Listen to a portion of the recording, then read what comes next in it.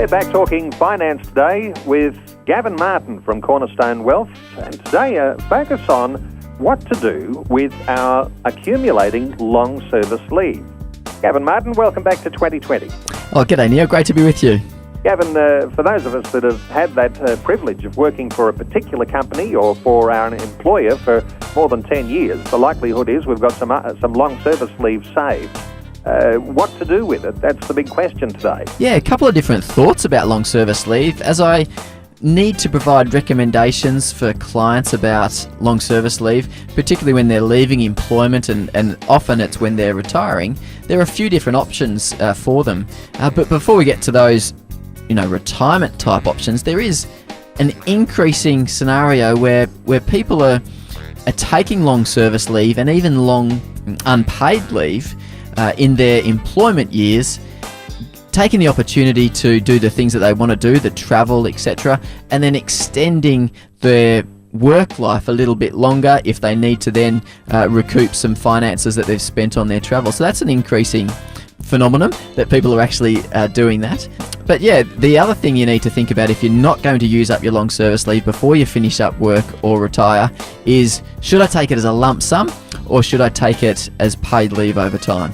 For some people, they accumulate so much long service leave when it comes to retirement. They're getting almost like a year's pay or a year off. Is that the sort of thing you're talking about there as to whether you actually save that long service leave and keep it for those retirement years, or are you saying that perhaps you ought to take your long service leave early? Yeah, exactly right.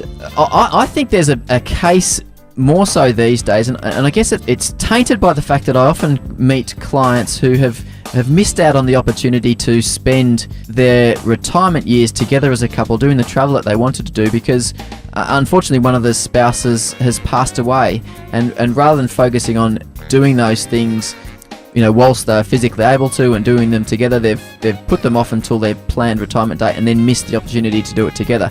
So I think there's a case for actually taking it whilst you're still employed over time. But when you are finishing up an employment arrangement, if you have got a whole full year of long service leave and you take that in June, for example, it's a whole year of salary that you're adding to your current salary, which means that you're potentially going to pay the highest marginal tax rate and lose half of the value of the long service leave. So there is a case there for taking it in June as opposed to July so that there's a new financial year. And sometimes there's a case for actually taking it throughout the whole financial year rather than taking it as a lump sum. And therefore you can do a couple of things. You can get superannuation guarantee payments on it, so the 9.25% superannuation guarantee that you don't get when you take it as a lump sum, and you can sometimes also reduce the tax rate on it as well. I guess, Gavin, different employers will have different expectations too. It seems to me that some employers will have pressure on their employees to take their long service leave and use up that provision. Yes, the long service leave from a business's perspective is a liability, and therefore they like to see that taken as opposed to getting a hit at some point in time. But there have been some creative strategies that have worked recently for clients where they've got, say, $20,000 or $40,000 of long service leave that could be paid out as a lump sum, and they're finishing up at the end of the year, so finishing up in December, and their employer has been flexible enough to allow them to take some unpaid leave for the next 6 months, and then they can take the long service leave in a new financial year from July until the end of the following year, and they've effectively saved several $1,000s in tax and enable them to boost their retirement savings. Gavin, I'd only be speculating, but I would assume that long service leave would be one of those workplace provisions that's probably been hard won by trade unions over the years, and I suspect that the reason for having long service leave would be to give some lifestyle choices to people who've been loyal and committed to one particular employer. The very reason that we have long service leave probably says to us that we should take advantage of the opportunity because it has been a a hard-won worker's right. Would I be too off the mark in suggesting such a thing? Yeah, I think it is a reward for loyalty, and we should utilise it, as you say. It's been a hard-fought thing, I guess, for someone to get that put in place initially, and you can maximise it, and I think it's our responsibility to be good stewards and therefore maximise it as well.